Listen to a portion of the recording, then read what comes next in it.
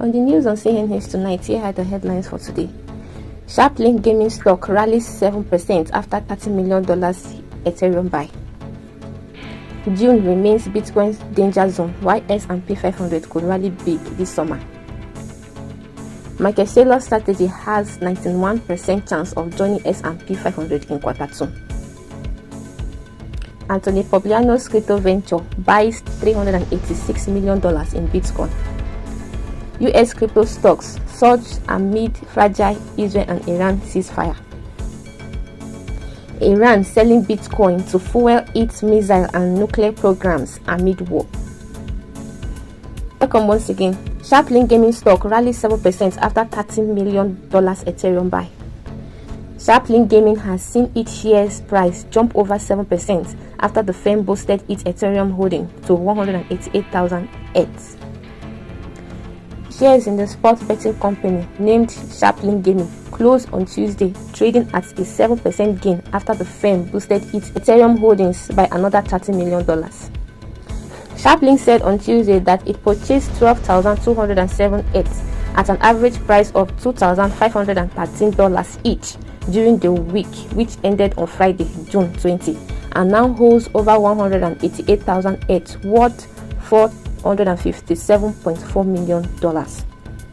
Sharplink said it holds 2.54 million shares to raise to $27.7 million, with the majority of the proceeds being used to boost its ETH investments.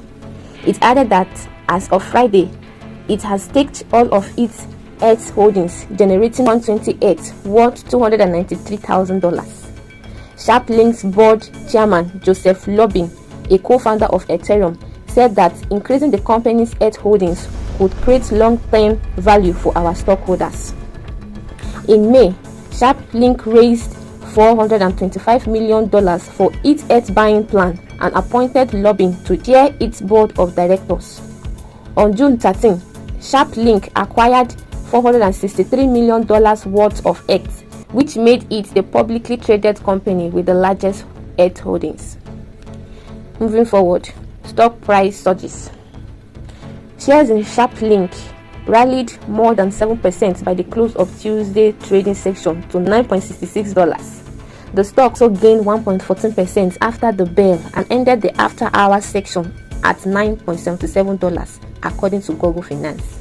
Despite the recent rally, Sharplink stock is down more than 87% after it reached $79.21 on May 29. During the quarter, which ended March 2025, the company reported its net revenue declined by 24% year-on-year, while its net profit margin fell sharply by 110% during the same period. Furthermore, institutions flocking to ETH. Institutional demand for ETH has been on the rise in recent weeks. On Monday, large Ethereum holders initiated leverage long positions on the cryptocurrency despite market volatility from the Israel-Iran war. A single whale initiated a $101 million long position with a 25x leverage. Another whale accumulated $39 million worth of ETH on Sunday, with their ETH holding now exceeding $300 million. Last week, it was reported that more than 35 million ETH tokens have been stacked, which amount to more than 28% of the total supply of ETH being locked in smart contracts to earn staking rewards. Next, June remains Bitcoin danger zone, while S&P 500 could rally big this summer. If Bitcoin continues to tumble this season, it will mark its fourth consecutive summer in the red, while TradFi aims to exceed its winning streak to 3. Bitcoin is facing a potential fourth straight summer loss if it ends the 2025 stretch in the red, while the S&P 500 will log its third straight sessional rally if its winning streak continues. From 2020 to 2024, the S&P 500 logged 8 positive July and August performances, while Bitcoin had 6. So, while their summer trend aren't entirely decoupled, the divergence has become clear in June. Since 2020, Bitcoin has posted just one positive June, while the S&P 500 has seen only 2 negative ones over the same span. A closer look at the past few years shows that Bitcoin's summer slumps have less to do with sectional pattern and more to do with crypto-native stock and economic trend, such as China's mining ban, halving cycle, and post-COVID inflation. Moving forward, Bitcoin starts the decade hot despite China's crackdown. In June 2020, Bitcoin dropped 3.18%, but that figure marks Bitcoin's strong momentum heading into the month. It broke above $10,000 for the first time since the COVID-induced crash in February. Bitcoin had a sharp sell-off following the May 11 halving, a sell the news event, which drove the asset down to around $5,000. By July, global stimulus packages and near-zero interest rate had boosted appetite for risk assets, lifting both equities and crypto. The S&P 500 ended every month from June to August in the green, while crypto markets buoyed by what's now remembered as DeFi summer, the first wave of yield farming mania. But 2021 told a different story as Bitcoin entered the summer with regulatory uncertainty in one of its biggest markets. China intensified its crackdown on Bitcoin mining and trading in May, shaking the network and sending cryptocurrency stumbling through June. Momentum returned in July, thanks to parts of rising institutional interest, headlined by high-profile figures including Elon Musk, Jack Dorsey, and Cathie Wood. That summer ended with Bitcoin up 8.68%, its last positive summer to date. Next, Anthony Pompliano's crypto ventures buy $386 million in Bitcoin. Anthony Pompliano's crypto firm ProCap has purchased 3,724 Bitcoin after announcing a $1 billion plan to go public later this year. Crypto entrepreneur Anthony Pompliano's firm ProCap made its first Bitcoin purchase just days after revealing that it plans to go public this year. The Bitcoin financial service firm ProCap BTC said on Tuesday that it purchased 3,724 Bitcoin for $386 million. The investment is now worth just shy of $400 million at current market price, as the asset has gained since the buy. The firm purchased the assets at a time-weighted average price of $103,785 per cent BTC. The buy followed the ProCap's announcement on Monday that it plans to go public via a merger with the blank check company Colombo Cycle Capital to become ProCap Financial. We believe Bitcoin is the new hurdle rate. If you can't beat it, you have to buy it, Pompliano said on X.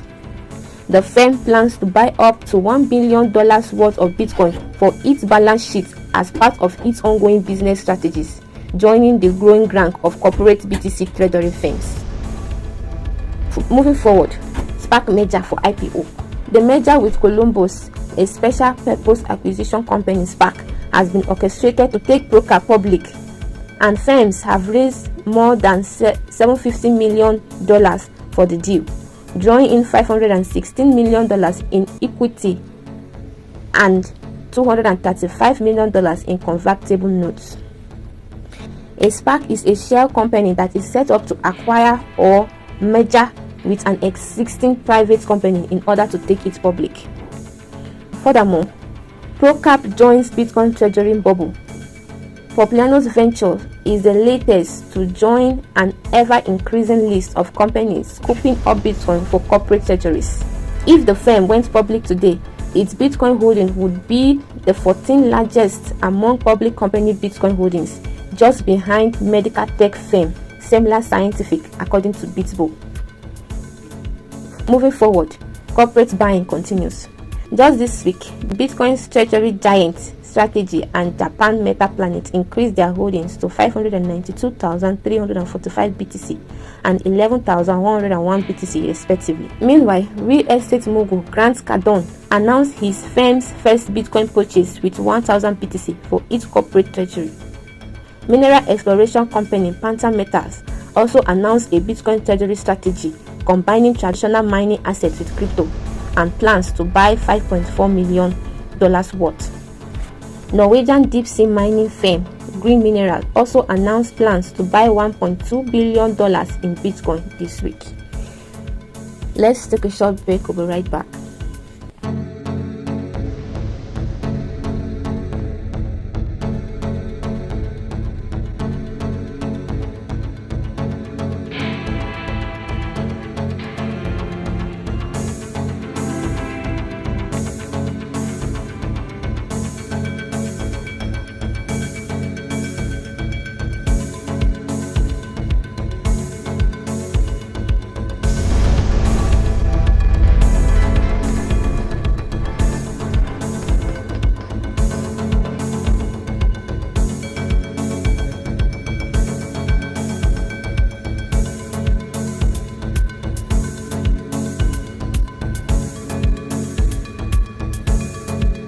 Welcome back. Michael Saylor's strategy has 91% chance of joining S&P 500 in Q2. Financial analyst Jeff Walton says strategy odds of S&P 500 eligibility hinge on Bitcoin's ability to remain above $95,240.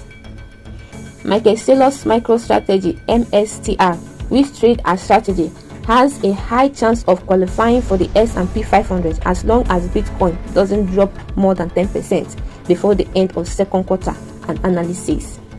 I believe there is about a 91% chance of MSTR qualifying for the S&P 500 in Q2, financial analyst Jeff Walton said in a video on Tuesday. Moving forward, MSTR needs cumulative positive earnings over the past 4 quarters. Walton explained that for this to happen, Bitcoin must not fall below $95,240 before June 30. He explained that if it drops below that, strategy, which has the largest Bitcoin holdings among public companies at 592,345 Bitcoin, will not have the earnings in Q2 to be more than the last 3 quarters combined. Walton explained that to be eligible for S&P 500 inclusion, a company must post positive total earnings across the past 4 quarters. Strategy has posted net losses in the past 3 quarters. The S&P 500 is an index that tracks the stock prices of the 500 largest publicly traded companies in the US. On January 1st, Strategy began applying accounting rule ASO 2023-08, which mandates that Bitcoin holdings be revalued at fair market value, with any gains or losses reflected in net income each reporting period. Walton bases his forecast on Bitcoin trading at $106,044 when he published his video, and on the historical odds of a 10% Bitcoin drop over 6 days since September 17, 2014. With the video released on Tuesday, 6 days remain in Q2, ending next Monday. Going back to September 17, 2014, over any 6-day period, the price of Bitcoin has dropped more than 10%, 343 times. Of those other 6-day periods, it has been 3,585, where it hasn't dropped below 10%, he explained. So 8.7% of those 6 days period have dropped more than 10%. The other 91% of those periods have not dropped 10%, he added. Moving forward, MSTR's chances improve as the quarter draws to a close. He said that as the end of June approaches, the probability of Bitcoin not dropping 10% increases. Over 5 days, there is a 92.4% chance it won't fall that much. That probability rises to 93.4% over 4 days, 94.5% over 3 days, 95.8% over 2 days, and 97.6% over 1 day. However, recent rising geopolitical tensions between Iran and Israel caused Bitcoin price to drop below $100,000 on Sunday for the first time since early May. At the time of publication, Bitcoin is trading at $106,200. If all this comes to fruition, Strategy would be the second crypto firm to join the S&P 500 this year. In May, crypto exchange called Coinbase joined the S&P 500, and crypto executives said this marked a significant step toward broader acceptance to the industry. Mehin Habib, Chief Revenue Officer of BitSpace, told Crypto New Ag it cements the legitimacy of an entire asset class. In December 2024, NASDAQ announced that Strategy will be included in the NASDAQ 100 index, which features the 100 largest stocks by market capitalization on NASDAQ.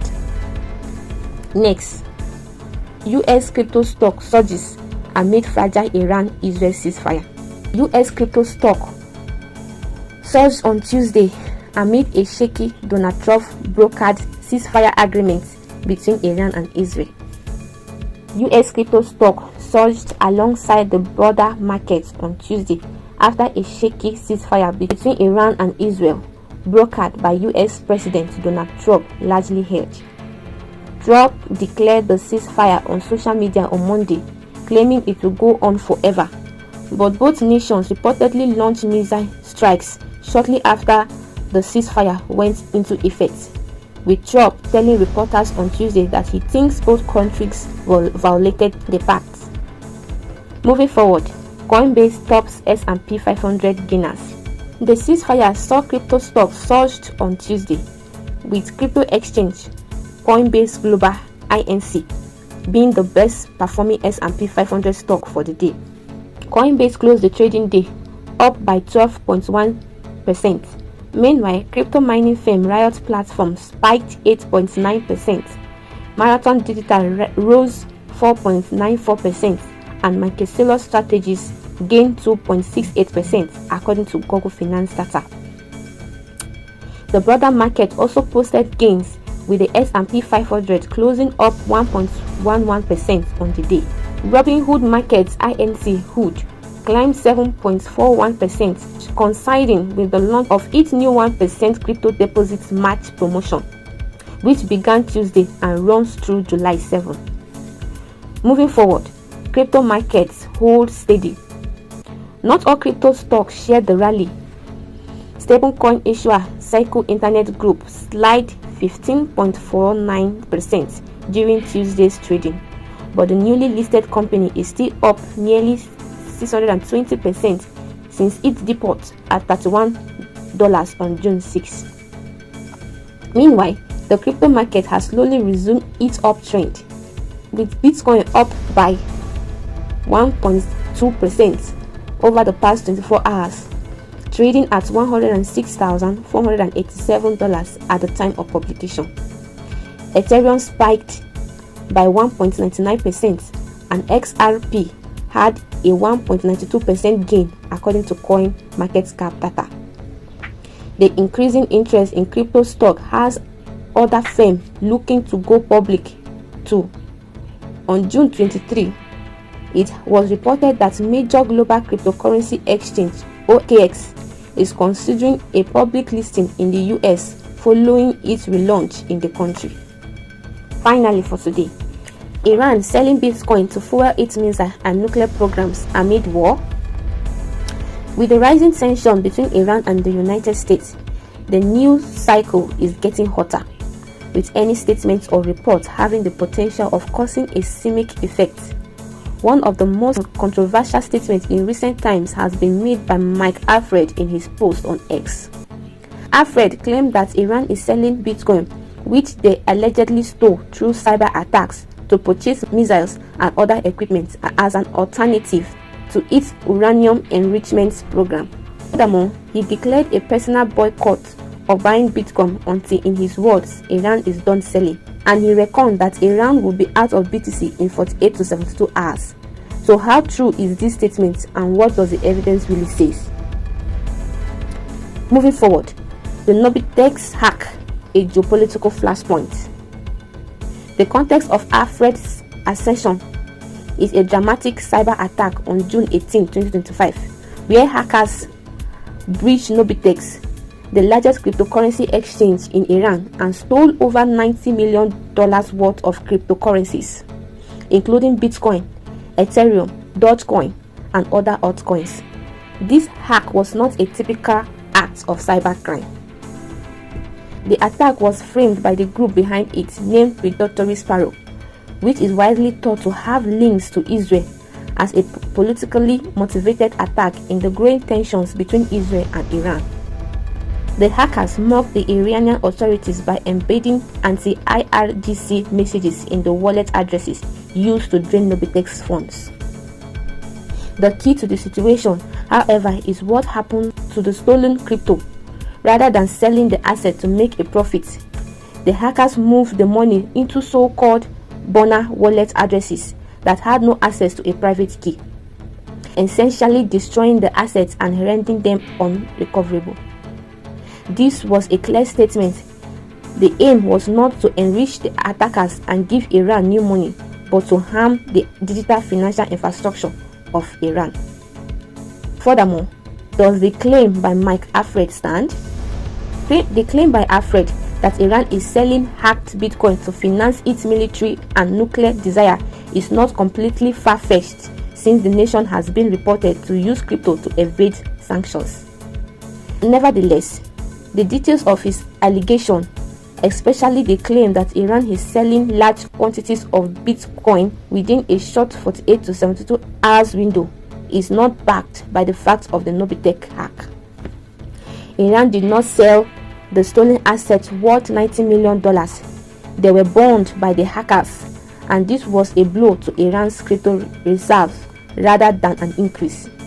In addition, although Iran does have considerable crypto assets as a result of mining and potentially other sources, the amount that the government actually holds remains unknown.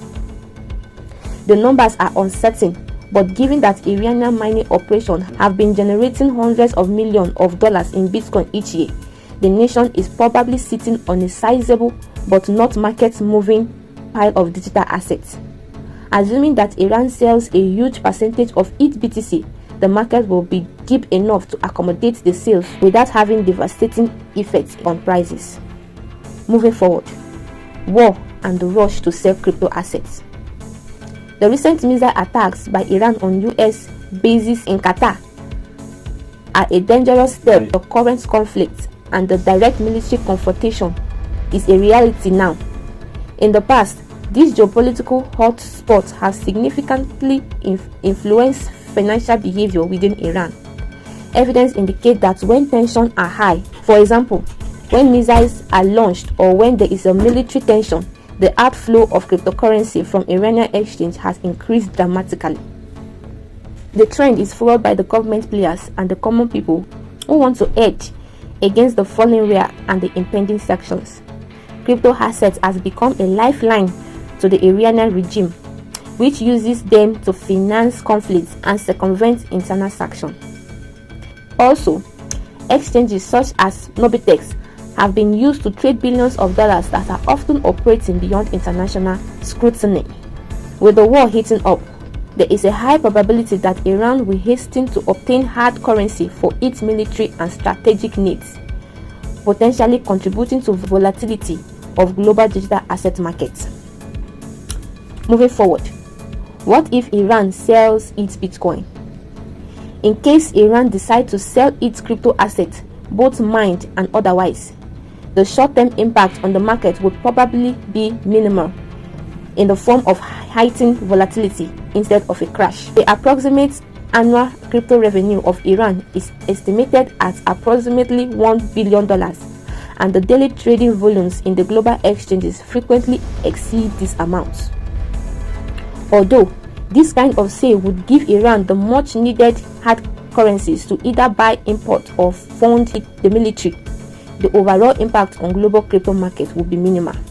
The actual threat is the geopolitical aspect, which gives more attention and possible sanctions on transactions or organizations detected to facilitate such operations. Let's take a look at the people's sentiment reaction on today's crypto market, the Fear and Greed Index. The Crypto Fear and Greed Index stands at 54, which indicates a neutral sentiment. Neither fear nor greed is dominating the crypto markets right now. That will be all for today. We'll continue to bring you latest updates as more information becomes available. Stay with us for more breaking news and do well to subscribe, like, share, comment your thoughts below for real-time interaction. Reporting live from Crypto News Hack, I am Joy Samuel. Thanks for watching. Good night.